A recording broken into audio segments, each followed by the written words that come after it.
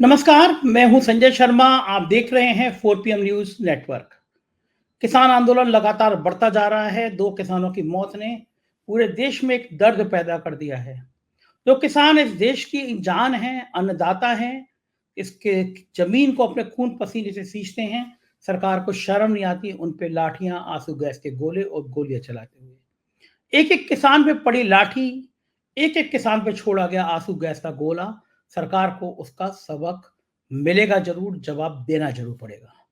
इस बीच में उत्तर प्रदेश में कांग्रेस और समाजवादी पार्टी के गठबंधन के साथ राजनीति बहुत तेजी से बदल रही है।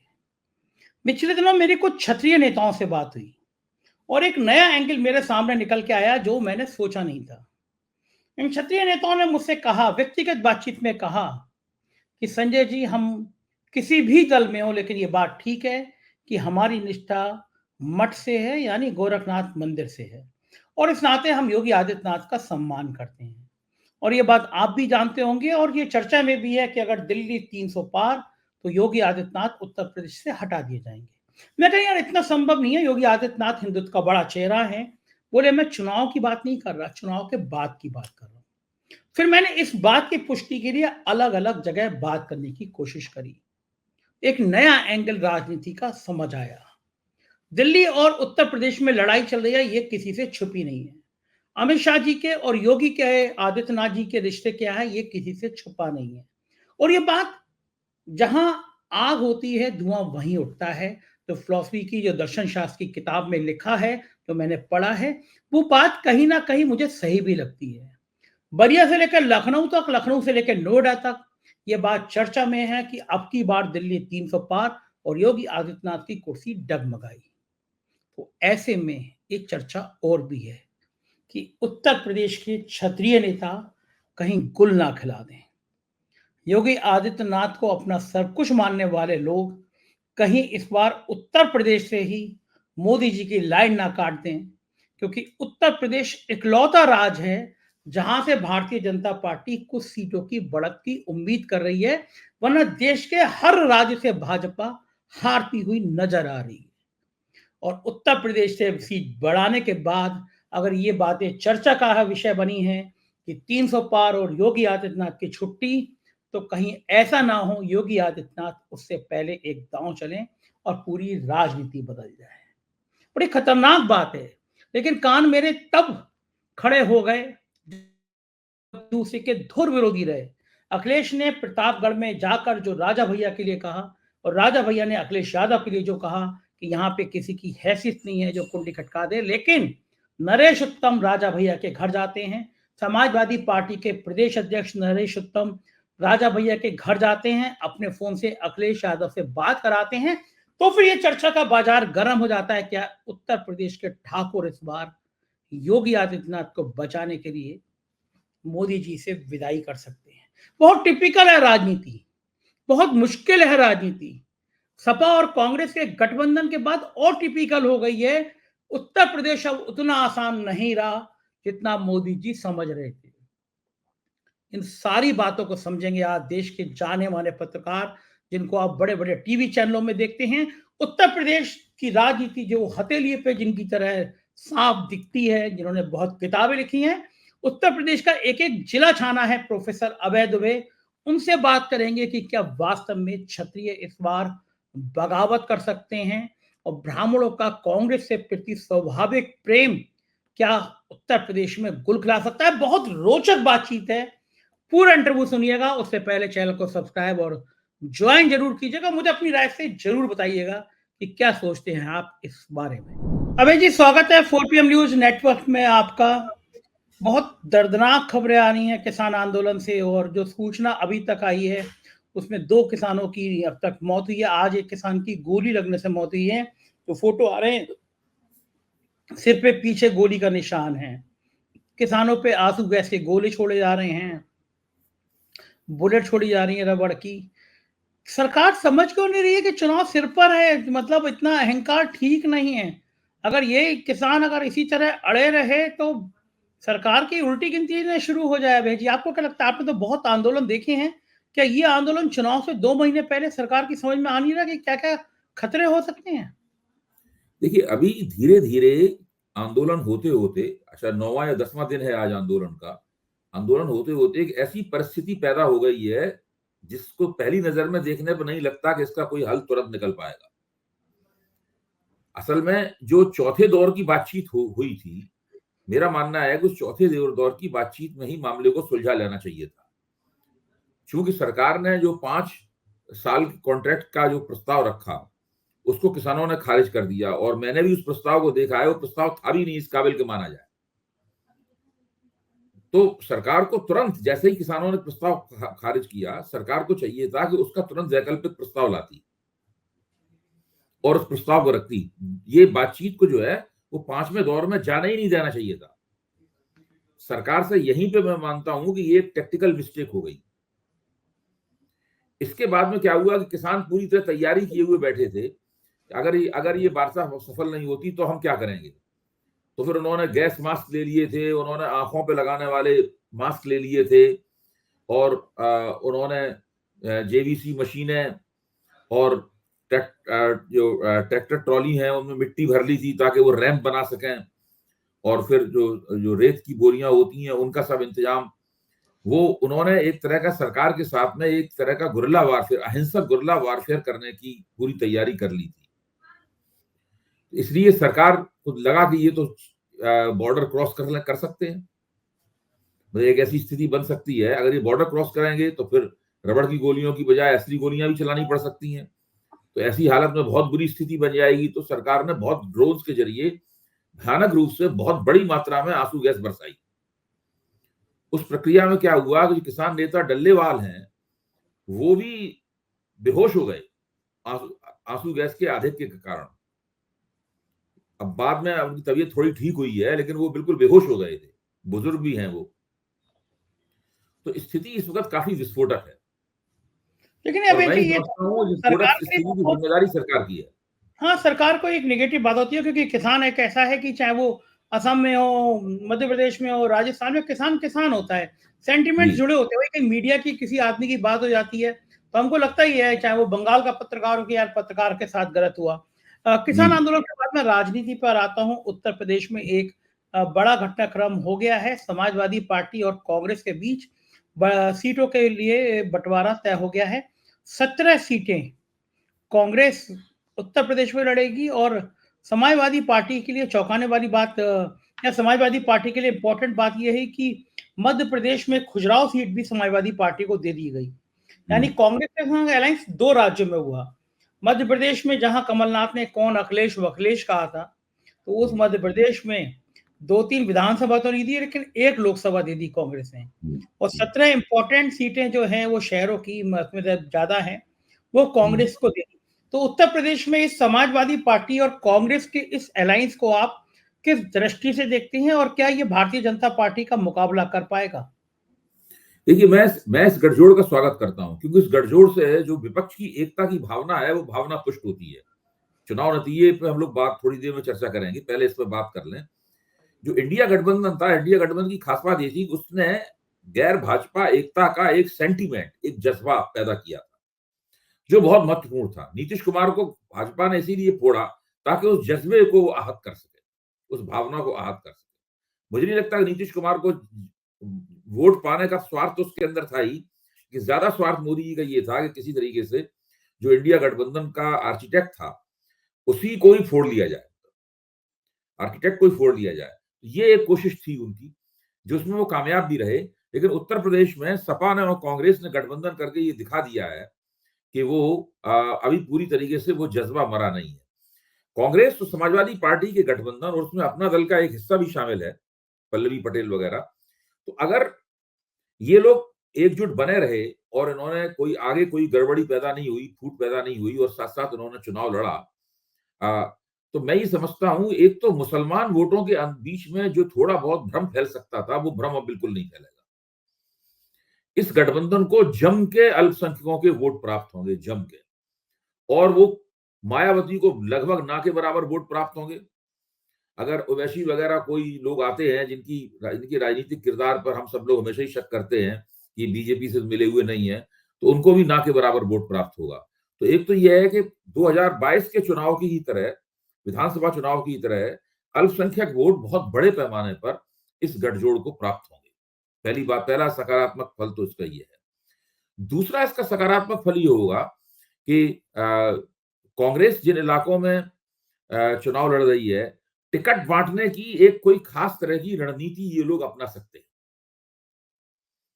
और उस रणनीति के तहत आप हर निर्वाचन क्षेत्र में इस तरीके से टिकट दे सकते हैं। और जो निर्वाचन क्षेत्र अभी टीवी पे आ रहे थे, जो कांग्रेस को अलॉट हुए हैं इस गठबंधन के दौरान, जो कांग्रेस को निर्वाचन क्षेत्र मिले हैं, तो वो ज्यादातर शहरी इलाके हैं। और शहरी इलाकों में भारतीय जनता पार्टी का चुनाव परिणाम हमेशा अच्छा रहता है, वो काफी जोरदारी से लड़ती है। सारे देश में ही भाजपा शहरी इलाकों में अच्छा प्रदर्शन करती है ग्रामीण इलाकों के मुकाबले। एक जमाने में तो शहरी इलाकों की ही पार्टी हुआ करती थी भाजपा।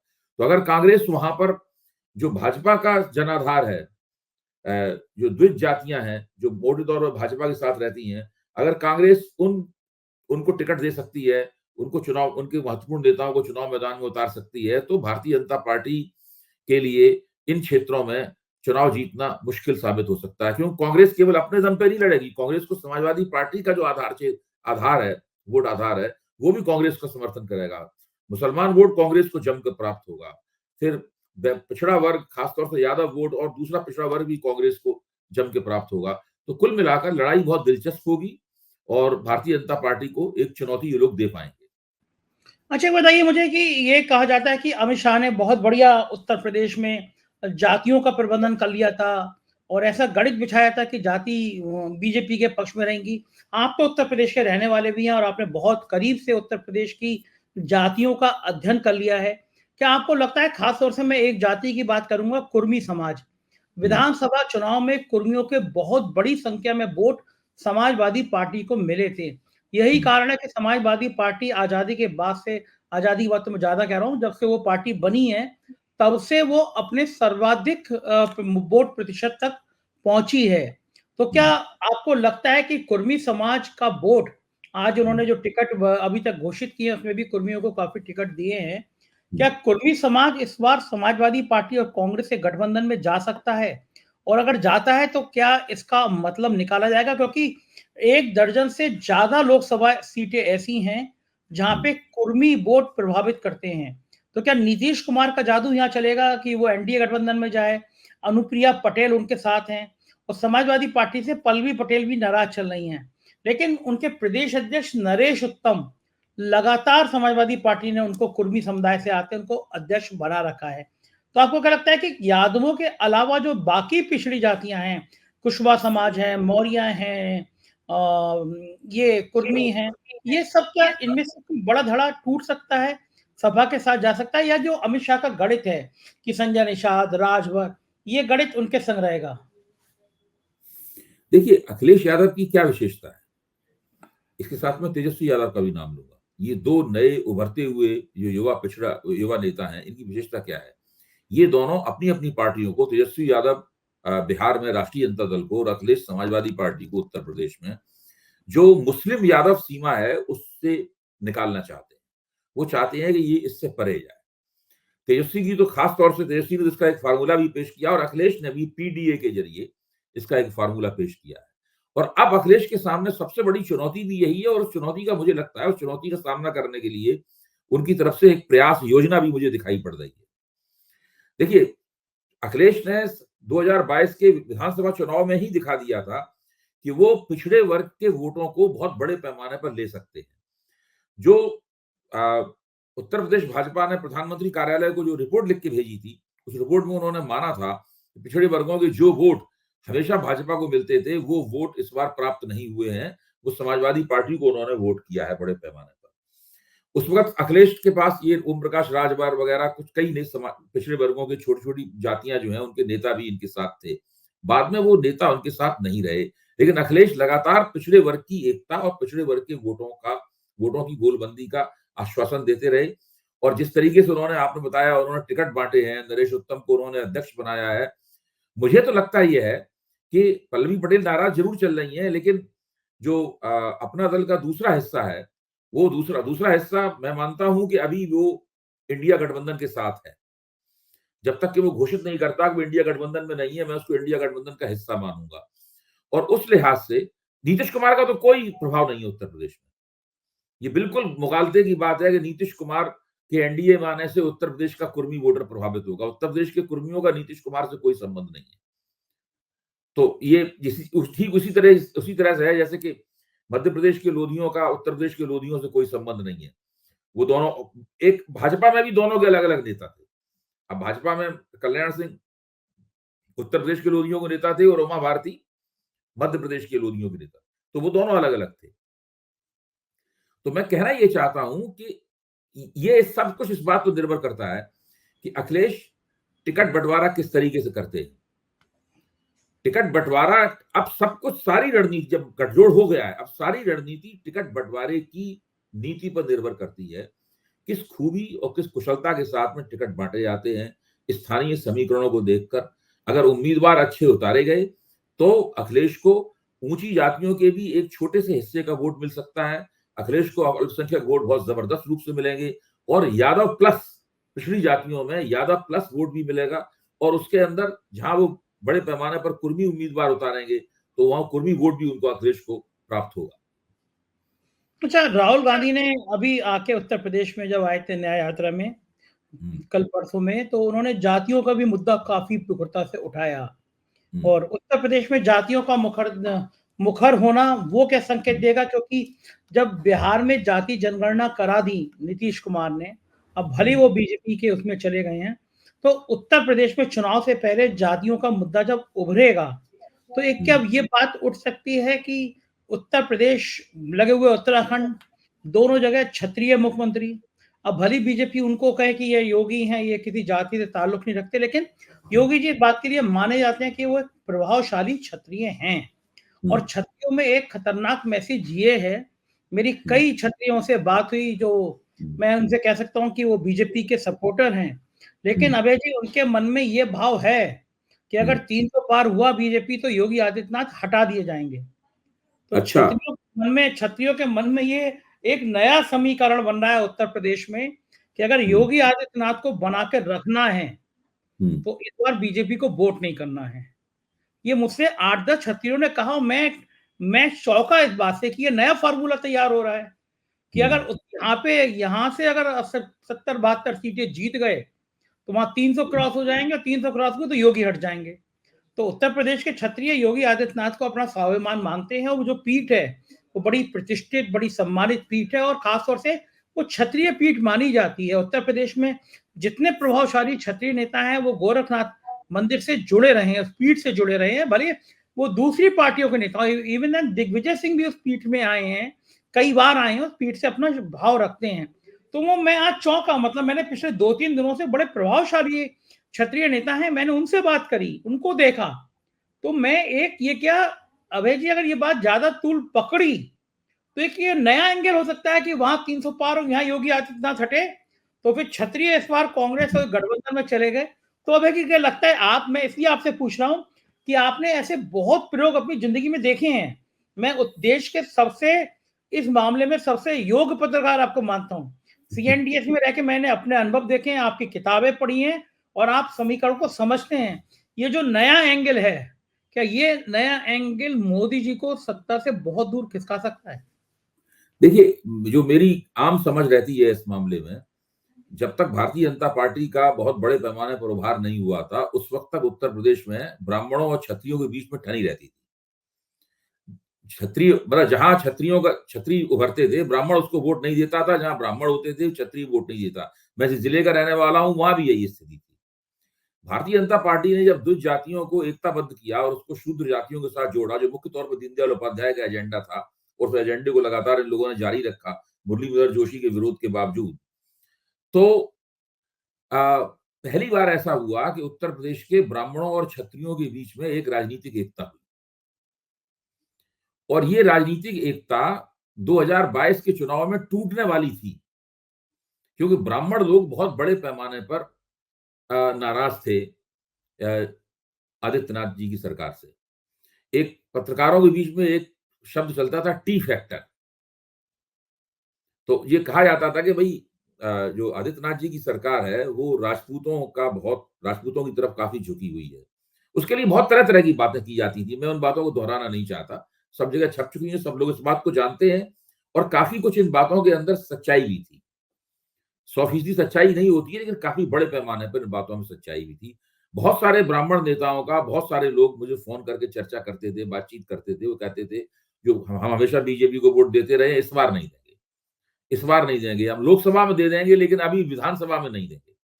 लेकिन अंततः क्या हुआ, अंततः उन लोगों ने विधानसभा में भी भारतीय जनता पार्टी को ब्राह्मणों ने वोट दे दिया।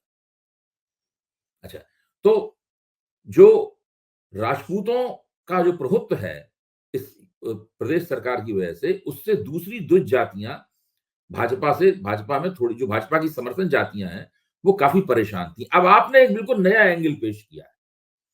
ये मेरे लिए एक बिल्कुल नई बात है। पर अगर ऐसा कुछ होता है तो फिर जो द्विज जातियों का पूरा समीकरण है, जिसके ऊपर जो भाजपा की, मैं मानता हूं वो स्टार्टिंग ब्लॉक, भाजपा स्टार्ट ही करती है उतने परसेंट वोटों से। उत्तर प्रदेश एक ऐसा प्रदेश है जहां पर द्विज जातियों की संख्या बहुत बड़ी है। किसी भी दूसरे प्रांत में इतनी नहीं है संख्या। ब्राह्मण, बढ़िया, ठाकुर बहुत है, उसका परसेंटेज बड़ा प्रभावी है। तो ऐसी स्थिति में वो जो स्टार्टिंग ब्लॉक है भारतीय जनता पार्टी का, वो गड़बड़ा जाएगा। वो स्टार्टिंग ब्लॉक गड़बड़ाने से भारतीय जनता पार्टी की पूरी रणनीति बिगड़ सकती है इससे। अभी निर्भर इस बात पर करेगा कि भाजपा के अंदर इसका समीकरण किस तरह का बनता है, क्योंकि ये चीज कहीं से आएगी तो भाजपा के भीतर से आएगी। इस वक्त तक तो क्षत्रिय जातियां भाजपा के साथ बहुत मजबूती के साथ जुड़ी हुई हैं। जिधर आदित्यनाथ जी जाएंगे उधर वो भी जाएंगे। तमाम दिल्ली में बहुत से पत्रकार जो उनका टी फैक्टर से ताल्लुक है, तो वो भी सब जुड़े रहते हैं आदित्यनाथ जी के साथ। वो मोदी जी के साथ नहीं जुड़े रहते, वो आदित्यनाथ जी के साथ जुड़े। बिल्कुल ठीक कह रहे हैं आप। और इसमें अच्छा, कोई बुरी अच्छी बात नहीं है, ये हाँ हकीकत है। हाँ। अच्छा, मुझे बताइए कि ये बात क्या लखनऊ से दिल्ली तक ये चर्चा में रही नहीं है क्या पिछले दिनों में, कि अगर योगी आदित्यनाथ इतने ताकतवर ना होते, योगी आदित्यनाथ हिंदुत्व का चेहरा नहीं होते, योगी आदित्यनाथ के पीछे मजबूत क्षत्रिय लॉबी नहीं होती, तो क्या ये बात चर्चा में नहीं थी कि योगी आदित्यनाथ को भी शिवराज सिंह चौहान की तरह, वसुंधरा की तरह किनारे कर दिया जाता, दिल्ली लॉबी कर देती? ये चर्चा में थी या नहीं थी अवैध जी?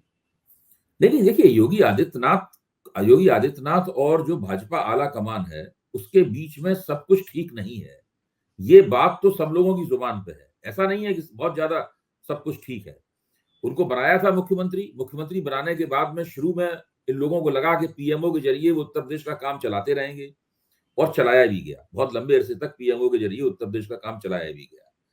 तो आज स्थिति यह है कि उसके बाद में जब विधानसभा चुनाव से ठीक पहले आदित्यनाथ जी ने जब अपना पैर रोपा और उन्होंने कहा कि हम आपकी ये बातें नहीं मानेंगे, आला कमान की उन्होंने कई बातें मानने से इनकार कर दिया।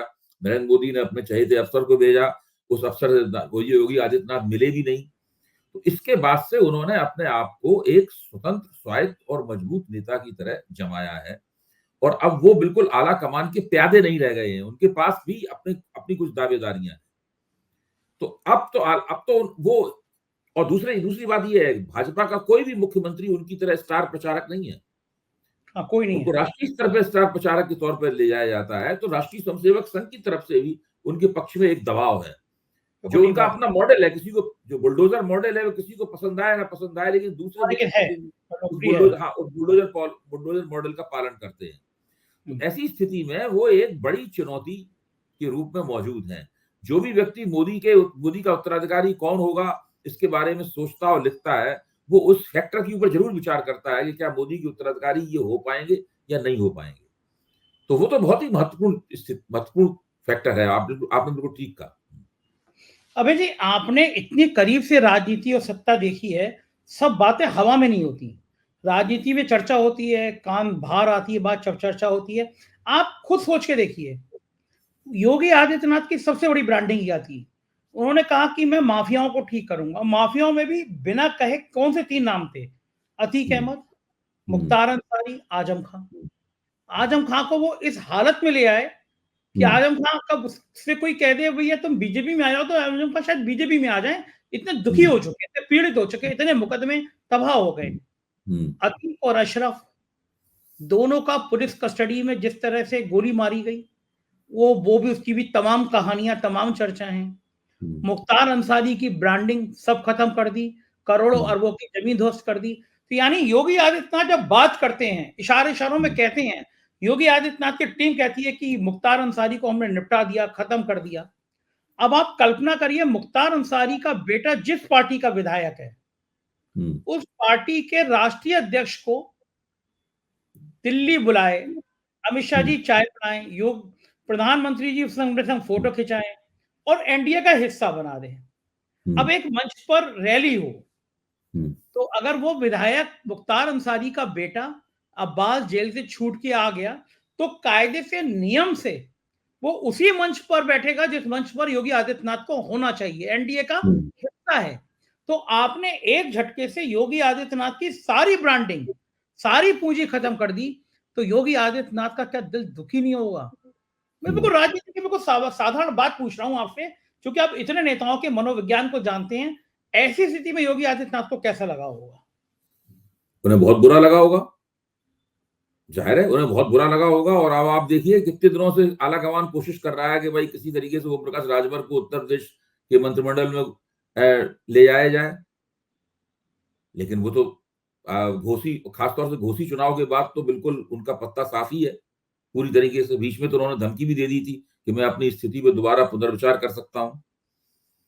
तो वो तो अपने आप में जाहिर है कि योगी आदित्यनाथ से आप उनकी मर्जी, अगर आप उनको परेशान करेंगे या उनका जो अपना समीकरण है उस समीकरण को बिगाड़ने की कोशिश करेंगे, तो वो भी आपकी कोई बात नहीं मानेंगे। इस बात को वो बार बार दिखा चुके हैं।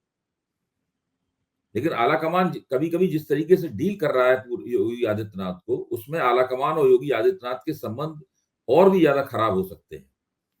अब हम लोगों को इसके ऊपर नजर रखनी होगी कि ये परिस्थितियां किस तरीके से विकसित होती हैं। समीकरण मेरी दिलचस्पी हमेशा रहती है कि भाजपा के भीतर समीकरण कैसे बन रहे हैं। खासतौर से ये ठाकुर वाली बात आपने जो बताई, वो एक बहुत महत्वपूर्ण मुद्दा है। उसकी तरफ हम लोगों को निगाह रखनी चाहिए कि क्या ये बात केवल बात ही बन के रह जाती है या और थोड़ी आगे भी बढ़ती है, क्योंकि पिछले विधानसभा चुनाव में ये समीकरण बिगड़ते बिगड़ते बचा था। अब मैं और आगे बता रहा हूँ अभय जी, मैं ये सारी बातें आपसे इसलिए जानना चाह रहा हूँ कि मुझसे कई गुना अनुभव आप रखते हैं इन समीकरणों को लेकर। इससे आगे की बात सुनिए। अखिलेश यादव जाते हैं कुंडा और कहते हैं इस बार इतनी जोर का बटन दबाना कि कुंडी जिंदगी भर के लिए बंद हो जाए, कुंडी टूट जाए। और राजा भैया अखिलेश को जवाब देते हैं कि किसी की हैसियत नहीं है तो कुंडा के आके कुंडी बंद कर दे। मतलब एक दूसरे से चिढ़ वाली फीलिंग होती है। राजा भैया योगी आदित्यनाथ के बहुत घनघोर समर्थक है, इसमें कोई बात नहीं होती, कोई शक नहीं है। राम मंदिर में जाके उन्होंने तमाम बातें करी। उन राजा भैया से नरेश उत्तम जाके मिलते हैं और बताया जाता है अपने फोन से राजा भैया की अखिलेश यादव से बात कराते हैं। अब मैं आपकी पहली लाइन पे आता हूं, जो आपने कहा कि जब राजभर आया तो योगी आदित्यनाथ को बुरा लगा होगा। तो जब योगी आदित्यनाथ को बुरा लगा होगा तो योगी आदित्यनाथ के समर्थक जो मजबूत क्षत्रिय नेता हैं, जिसमें राजा भैया भी शामिल हैं या बाकी तमाम बड़े क्षत्रिय नेता हैं, क्या उनको बुरा नहीं लगा होगा कि योगी आदित्यनाथ का दिल्ली अपमान कर रहा है? और क्या ये नया ट्विस्ट हो सकता है? बिल्कुल लगा होगा। देखिए आपको याद होगा, मैंने तो वो समय देखा भी है जब विश्वनाथ प्रताप सिंह का भारतीय राजनीति में उभार हुआ था। तो उस वक्त भारत के खासतौर से उत्तर प्रदेश के राजपूतों को लगा था कि उन्हें उनका नेता मिल गया। वीर बहादुर सिंह के अवसान के बाद में उन्हें उनका नेता, वीर बहादुर सिंह तो उत्तर प्रदेश स्तर के नेता थे, विश्वनाथ प्रताप सिंह तो देश के प्रधानमंत्री बन गए। तो वो फिर, लेकिन विश्वनाथ प्रताप सिंह ने जब आरक्षण कदम उठाया तो वो राजपूत समाज उनके खिलाफ हो गया। तब से राजपूत समाज एक नए नेता की खोज में था और वो नेता उन्हें आदित्यनाथ जी के रूप में प्राप्त हो चुका है। वो आदित्यनाथ जी का अगर उनकी हेठी होती है तो वो उसको बर्दाश्त नहीं करेगा। अगर आदित्यनाथ जी को कमतर किया जाता है और आला कमान ऐसा कोई दांव चलता है उनके खिलाफ, तो वो बर्दाश्त नहीं करेगा उसको। देखिए उत्तर प्रदेश का राजपूत समाज एक जमाने में समाजवादी पार्टी को वोट देता था। मुलायम सिंह जी से उसके बहुत अच्छे रिश्ते थे। जो भारतीय जनता पार्टी के साथ जुड़ा है, भारतीय जनता पार्टी ब्राह्मण बनिया पार्टी मानी जाती थी, ब्राह्मण राजपूत पार्टी नहीं मानी जाती थी। तो अगर वो भारतीय जनता पार्टी को वोट देता है तो उसके पीछे मुख्य बात यही है कि वो आदित्यनाथ जी की वजह से वोट देता है। अगर आदित्यनाथ जी की पोजीशन कमजोर होती है किसी कदम से तो फिर वो नाराज हो जाएगा और वो अपनी मतदान प्राथमिकताओं पर दोबारा सोचने के लिए तैयार हो सकता है। मैं इसी का संदर्भ में एक और किस्सा आपको सुनाता हूँ। ये सारी कड़ियां मैं इसलिए जोड़ रहा हूँ कि हम लोग किसी कंक्लूजन पे, किसी निर्णय में पहुंच सके। विधानसभा के चुनाव थे अभय जी। जौनपुर जी में एक बाहुबली हैं धनंजय सिंह, जी सांसद रह चुके हैं और बहुत बड़े बाहुबली माने जाते हैं, मुख्तार जी अंसारी की टक्कर के बाहुबली माने जाते हैं। हम्म मैं उनका इंटरव्यू चाहता था, बनारस में मैं रुका हुआ था क्योंकि बहुत उस समय वो लाइमलाइट में थे हम्म और बार-बार उन पे टिप्पणियाँ की जाती थी। तो बड़े हम्म बिज़ी थे, रात के 1:30 बजे उन्होंने कहा मैं लौट रहा हूँ, तो मैं रात के 1:30 बजे उनके घर पे गया इंटरव्यू लेने के लिए। हम्म और वो उनके खिलाफ बीजेपी ने प्रत्याशी खड़ा कर रखा था और हम्म वो बीजेपी के प्रत्याशी से मोर्चा संभाल रहे थे। जब हम्म इंटरव्यू हुआ तो मैंने उनसे पूछा कि आपको एक क्षत्रिय नेता के रूप में स्थापित हैं, तो मानते हम्म हैं आप एक बड़े बाहुबली ठाकुर नेता हैं और हम्म योगी आदित्यनाथ बीजेपी के नेता हैं। तो बोले हम्म कि देखिए मैं यहाँ बीजेपी के प्रत्याशी को हरा के रहूँगा, दम लूँगा। लेकिन मैं ये भी कह रहा हूँ कि मैं हम्म योगी आदित्यनाथ को मुख्यमंत्री बनाने के लिए जान लगा दूँगा। मतलब हम्म बीजेपी से मुकाबला करूँगा लेकिन योगी आदित्यनाथ को सीएम बनाने के लिए जान लगा दूँगा, क्योंकि हम्म मेरी आस्था मठ से जुड़ी हुई है। ये उन्होंने हम्म बयान दिया और आगे की बात सुन के आप चौंक जाएँगे। हम्म मैंने जैसे ही इंटरव्यू वायरल किया, अभय जी जैसे ही लोड हुआ 4 पीएम पर, कोई प्रोग्राम नहीं था अमित शाह का। जो भारतीय जनता पार्टी के प्रत्याशी वहाँ से लड़ रहे थे, उन्होंने मेरा इंटरव्यू अमित शाह को भेजा और बिना प्रोग्राम के अमित शाह जौनपुर आए और हम्म जौनपुर में अमित शाह ने कहा कि यहाँ के जो बचे हुए माफिया हैं, मैं उनको ठिकाने लगा दूँगा। हम्म यानी सीधा-सीधा धनंजय के लिए कहा उन्होंने, क्योंकि हम्म धनंजय ने 24 घंटे पहले मुझसे कहा था कि मैं योगी आदित्यनाथ को मुख्यमंत्री बना के रहूँगा और अमित शाह कह रहे हैं कि यहाँ के माफिया को निपटा दूँगा। अमित शाह की और योगी आदित्यनाथ के क्या रिश्ते हैं पूरा देश जानता है। जी तो जो बात मैं आपसे कह रहा था कि हम्म उत्तर प्रदेश के जो क्षत्रिय बाहुबली इकट्ठे हैं, क्षत्रिय हम्म अच्छे नेता इकट्ठे हैं, क्या वो इस एंगल पे काम कर सकते हैं कि उत्तर प्रदेश में इतनी सीटें बीजेपी ना जीते कि दिल्ली में हुकूमत 300 क्रॉस कर जाए? ये खेल हो सकता है? अब देखिए राजनीति में सब कुछ संभव है। राजनीति में सब कुछ संभव है। दूसरे एक छोटी सी बात मैं ये आपको कहूंगा कि योगी आदित्यनाथ को केवल राजपूत नेता के तौर पे ही नहीं देखना चाहिए। हुँ, हुँ।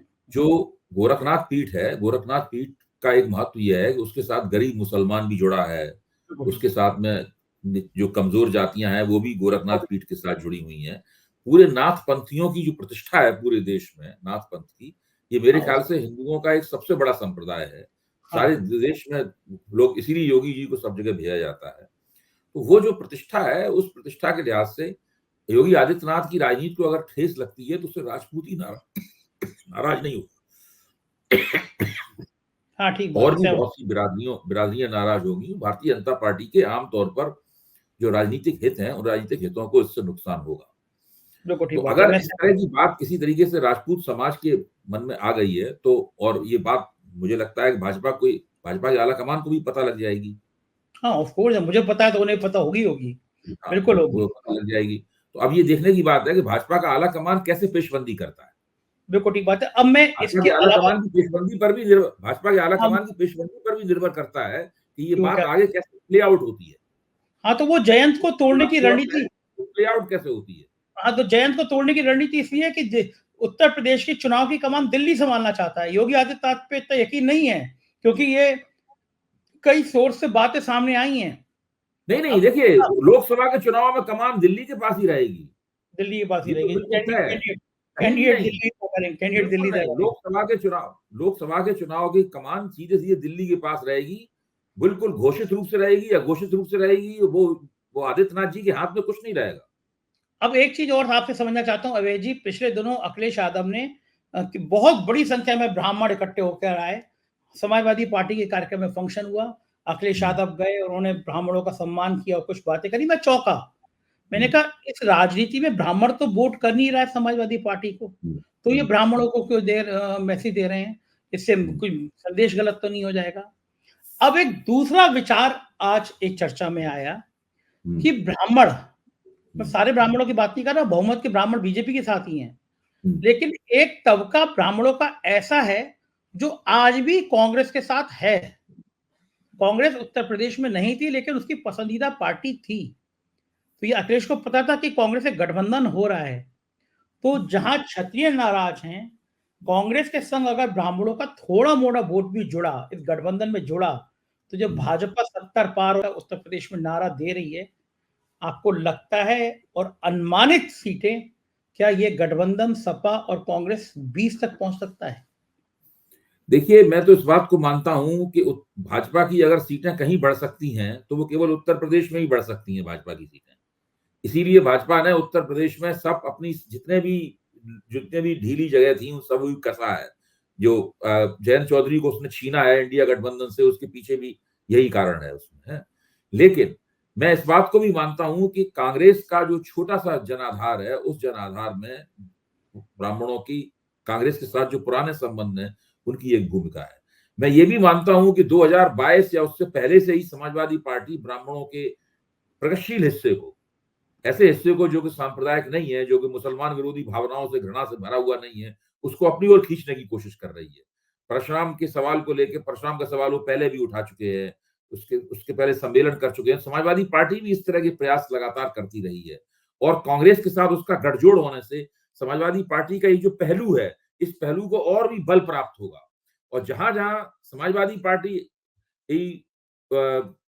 द्विज जातियों को टिकट देगी, ब्राह्मणों को टिकट देगी, या किसी राजपूत को टिकट देती है, या किसी वैश्य जाति के उम्मीदवार को टिकट देती है, जहां कांग्रेस इस तरह की टिकट देगी, वहां पर मुसलमान और पिछड़ी जातियों के साथ मिलकर उस सीट को जीतने की उनकी दावेदारी काफी प्रबल होगी। तो यहाँ पे भाजपा को भी देखना पड़ेगा कि वो अपनी टिकट बंटवारे को किस तरीके से नीति को अपनाती है। देखिए, मायावती का खेल भी टिकट बांटने की टैक्टिक्स पे ही रहता है निर्भर। मायावती टिकट बांटने के जरिए बहुत तरह की पॉलिटिक्स करती हैं। अगर वो इस बार अकेले लड़ेंगी, जैसा कि उन्होंने घोषित कर दिया है, तो जाहिर है कि वो टिकटों को इस तरीके से बांटेंगी कि उससे भारतीय जनता पार्टी को लाभ हो। मेरा तो मानना ही है, सारे टिकट मायावती इस तरीके से बांटेंगी। इन लोगों को भी, इंडिया गठबंधन वालों को भी, दोनों बातों को ध्यान में रखना होगा। भाजपा किस तरह टिकट बांटती है और मायावती किस तरह टिकट बांटती है, उसके हिसाब से इन लोगों को देखना होगा कि ये क्यों मायावती किसको टिकट देने वाली है, काफी पहले पता लग जाता है। हाँ हाँ, लेकिन दुर्भाग्य ये है कि मायावती हर टिकट ऐसे बांटेंगी जिससे बीजेपी को फायदा हो जाए। ये बात मुझे और आपको ही नहीं, ये गांव में सबको पता चल गई है। तो सबको पता लग मायावती गई। मुसलमान प्रत्याशी खड़े करेंगे भी तो ये बात मुसलमानों को भी पता है कि बीजेपी को सपोर्ट होगा। लेकिन देखते हैं क्या राजनीति की बात होती है। आज बहुत अच्छी जी बातचीत हुई अभय जी। जी मैंने जी। बहुत सारी चीजें आपसे समझने की कोशिश करी, आपने समझाई। नहीं बहुत बहुत नहीं, आपने शुक्रिया। बहुत सी चीजें, आपने नई इंफॉर्मेशन दी राजपूतों वाली, ये बिल्कुल नई जानकारी थी मेरे लिए। जी, शुक्रिया शुक्रिया अभय जी, समय जी। देने के लिए। तो ये थे प्रोफेसर अभय दुबे जी। और आप इस बात से सहमत हो या असहमत, लेकिन उत्तर प्रदेश की राजनीति दिल्ली की कुर्सी तय करेगी। और यह बात भी सही है कि योगी आदित्यनाथ के समर्थक भी कहते हैं कि 300 पार में योगी जी का सिंहासन डोलेगा। जिस तरह योगी जी को परेशान करने की कोशिश अब तक हुई है, उसका जवाब शायद योगी आदित्यनाथ दे सकते हैं। अपनी राय से अवगत कराइएगा, बताइएगा आपकी ये बातचीत कैसी लगी। बहुत बहुत शुक्रिया हमें देखने के लिए।